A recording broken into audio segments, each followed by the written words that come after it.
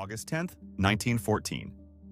Two German warships, the battlecruiser Goeben and the light cruiser Breslau, run for the Dardanelles Strait, a British fleet twice their size closing in behind them. International law is clear. A neutral power has to intern them. Lock them up, take them out of the war. The Ottoman government doesn't. Instead, Enver Pasha spends 6 days negotiating with the German ambassador and walks away with a fictitious sail. On August 16th, two German warships, still crewed almost entirely by German sailors, get repainted with the Ottoman flag. The empire hasn't declared war. It hasn't even decided to. And in 6 days, it has quietly handed its foreign policy to Berlin. 3 months later, on October 29th, those same two ships, Ottoman on paper, German in every way that matters, sail into the Black Sea and open fire on Odessa, Sevastopol, and Feodosia. No cabinet vote, no declaration. Just German officers on an Ottoman ship deciding the empire's war for it. Russia, Britain, and France don't wait for an explanation. The Ottoman Empire is now at war with all three, whether its own government chose that or not. For a century, historians have called this the moment a dying empire signed its own death warrant. Here's the problem with that story.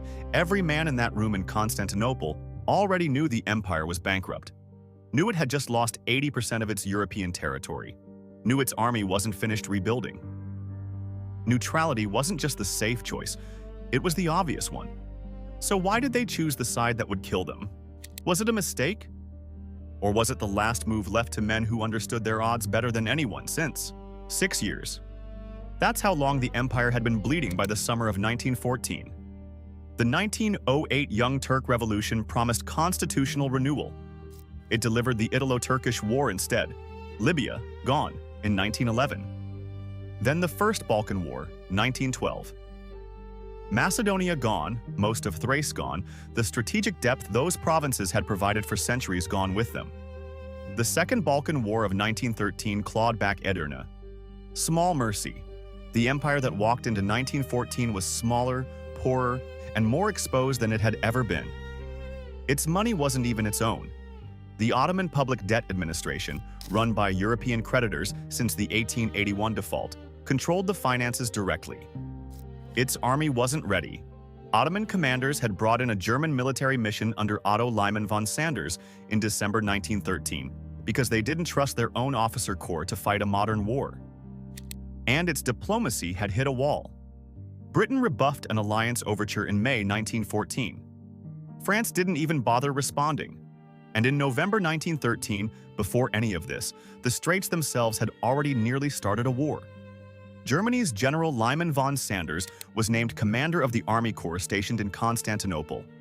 Not an advisory post, an operational command over the force guarding the capital and the approach to the Black Sea. Russia's foreign minister, Sergei Sazonov, treated it as exactly the threat it looked like, a German general with his hand on the gates. St. Petersburg spent 6 weeks threatening sanctions, threatening to occupy Ottoman territory outright. Berlin backed down in January. Von Sanders kept his rank, lost the command, and the crisis passed. But the men now weighing an alliance in July 1914 had just watched the great powers nearly go to war over who held the keys to their own capital. Nobody in that room needed to be told how far Russia would go over the Straits. They'd watched it happen 10 months earlier. One power was still willing to talk: Germany, which needed this alliance far less than the Ottomans did, and knew it. This is the room Enver Pasha and Grand Vizier Said Halim's circle were standing in when the July crisis broke. They weren't choosing between war and peace. They were choosing which kind of exposure to accept. First, they'd already tried the alternative to war. It failed. Talat Pasha went to Livadia in May 1914 and asked Russia directly for an alliance. Russia said no. Enver asked Britain for a defensive pact. Britain didn't even give him a real answer. Then, on July 28th, Britain answered a different way.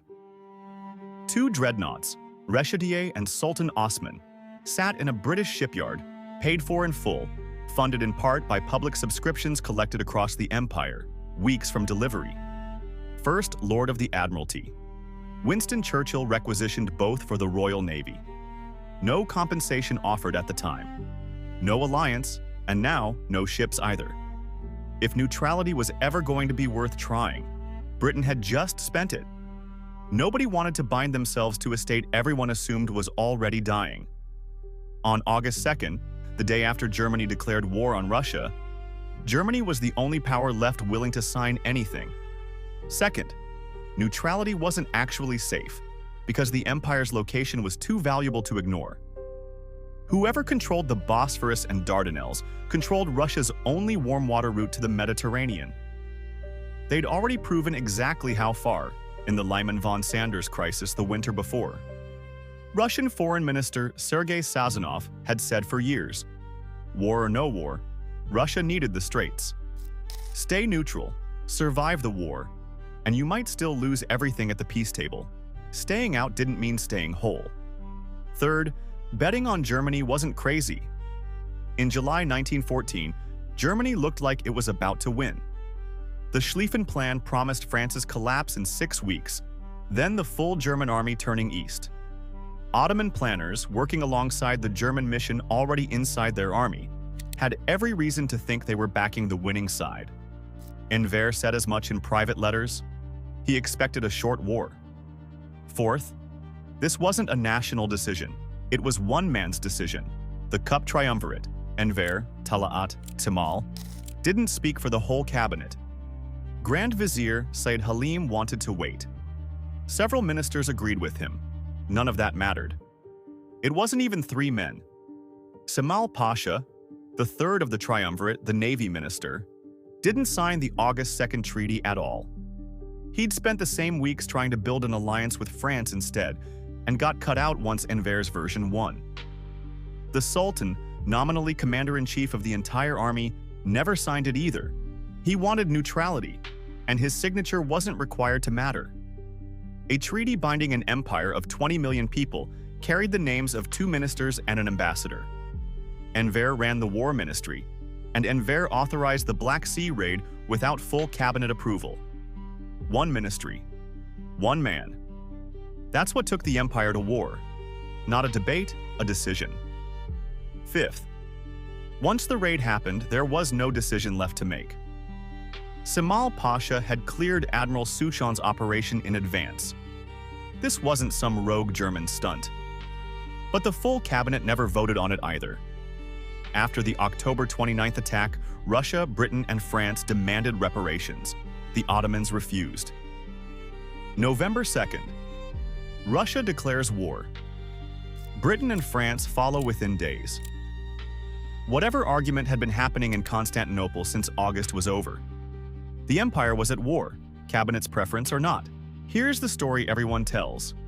A dying empire, seduced by German promises, threw itself into a war out of desperation and bad judgment. A sick man making one last reckless bet. That gets it backward. Nobody seduced the Ottoman leadership. They were cornered by a decade with no allies left to court. And then one minister, acting alone, pulled the trigger on an alliance they'd already signed. Neutrality was never going to save them from great power partition. They knew that. Enver and Talaat weren't naive men making a rookie mistake. They understood exactly how weak their position was. That's precisely why they took the only alliance anyone was offering.